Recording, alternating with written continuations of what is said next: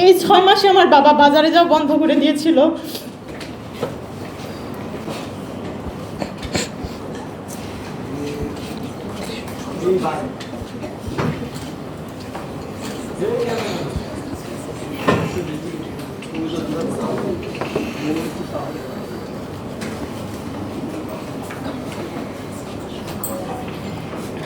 Sorry.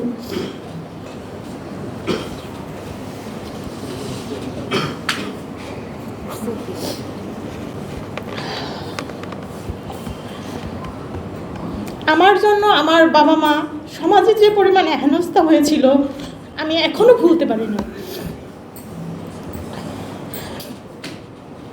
আমার আত্মীয় স্বজনদের সাথে আমার মার যোগাযোগ বন্ধ হয়ে গিয়েছিল।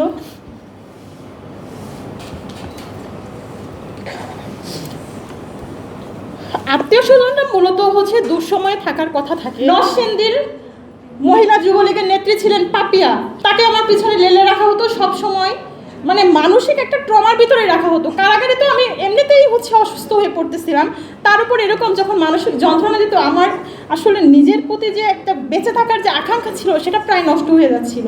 যে আসলে আমি কোনো অপরাধ করিনি, আপনি যখন অপরাধ করবেন তার জন্য আপনাকে যে কোনো শাস্তি দেখ আপনি মেনে নেবেন, কিন্তু আমি তো কোনো অপরাধই করি নাই।